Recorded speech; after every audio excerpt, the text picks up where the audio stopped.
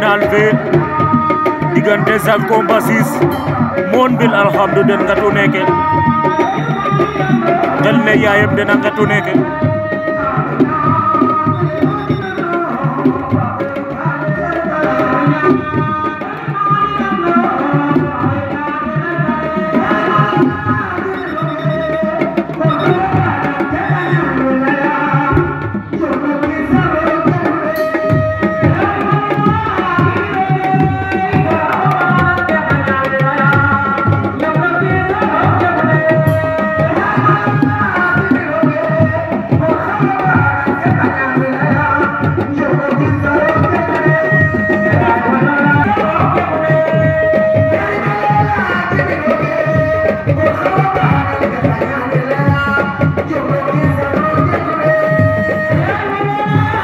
Ngari Dameke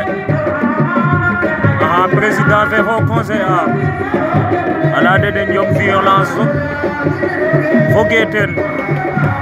allez vote le avec la discipline nous mo afna retade wo mafu ken arbitre ya aussi les données sport non violence combat ne tendre combat ne final fe raw gaduke raw gadu den sagu neke final no ande den sigi belo kama wele aweke ande gum koy waliya ande leke na mafda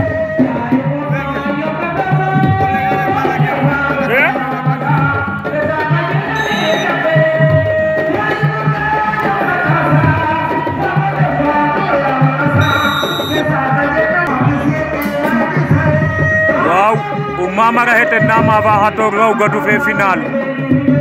genere final fe chafake digante Zarko mon bin alhamdu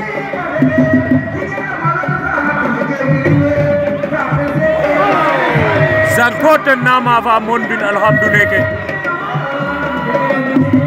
Zarko Mbassis ten na janga chafake nene na mon bin alhamdu ino ndokida demi final ke pirma ke ino njegane ke premier combat demi-finale digante Alhaji Ousmane Doudou Sané bu Diofior den nasa gidane ke premier combat demi-finale lourd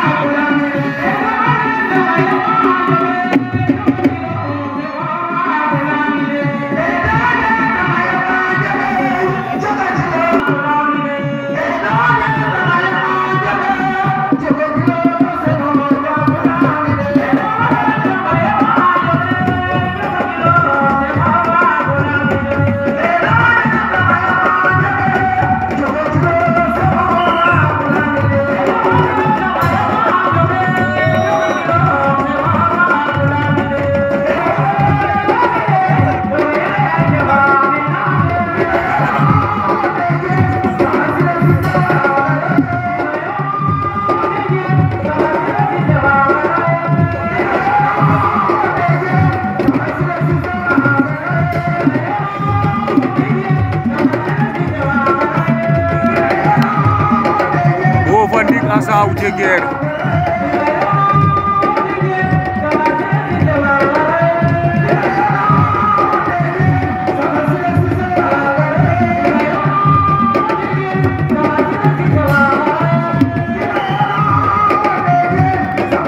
yakarama yakare combat neke kana xoox ka quoi waaw andam tan tempo ala Barça rek bo fa ndiga saw jege digante Bouki Doudou Sané combat ne Soso Poids fo boyle ka réclamer a lay xoleer bo xobida recours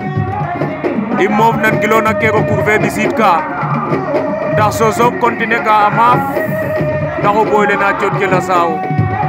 yakarame o leŋ waga xaxe an ten recours fe ten na leeran ka ken arbitre fa xate a combat na de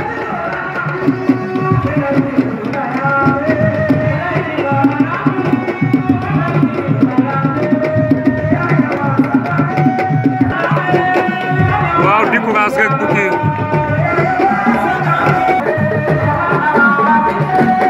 waaw fogame lalanga nuun wiin we fogame nu njeganga o ɗeet lax nu mbara mbago anda den artiste maak ande na paanale Sénégal fogame nu mbudeganga xawma riiru tribunal a leel xan nu mbago anda den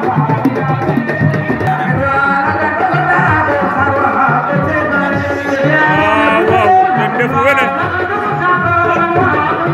an refu xe genu Diatta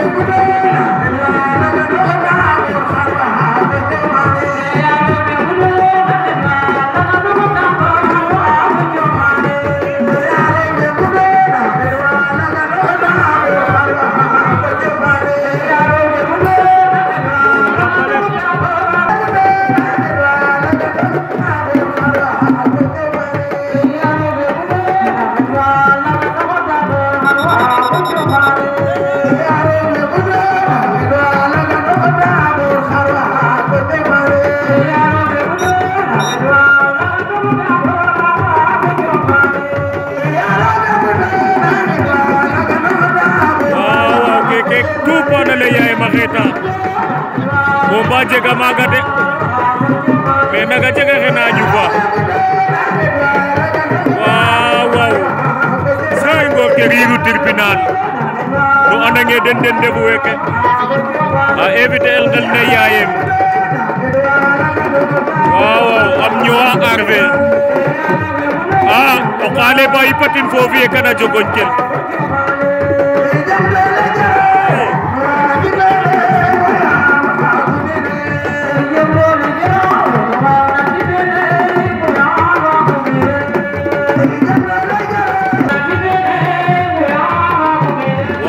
Doudou Sané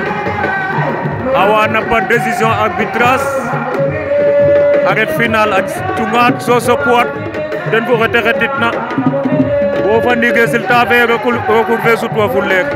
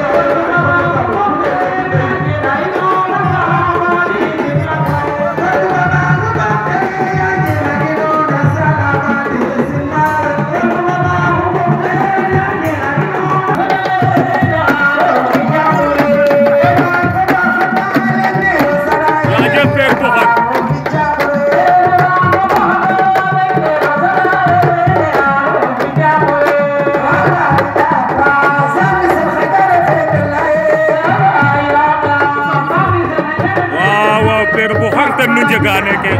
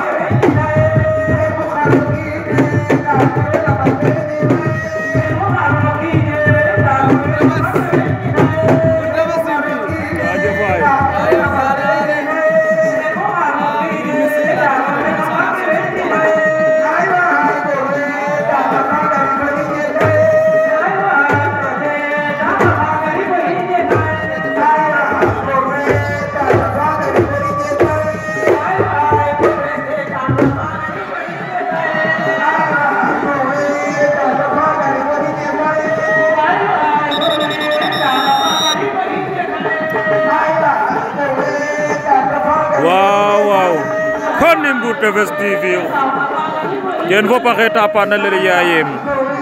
kene refu final fe digante Soxo Poite Doudou Sané bu Diofior waaw rang muy abonné nuno abonné erna na Mbour Tefesse TV la nuno nu abonné anga nu cloche de notification fe nu partager in waaw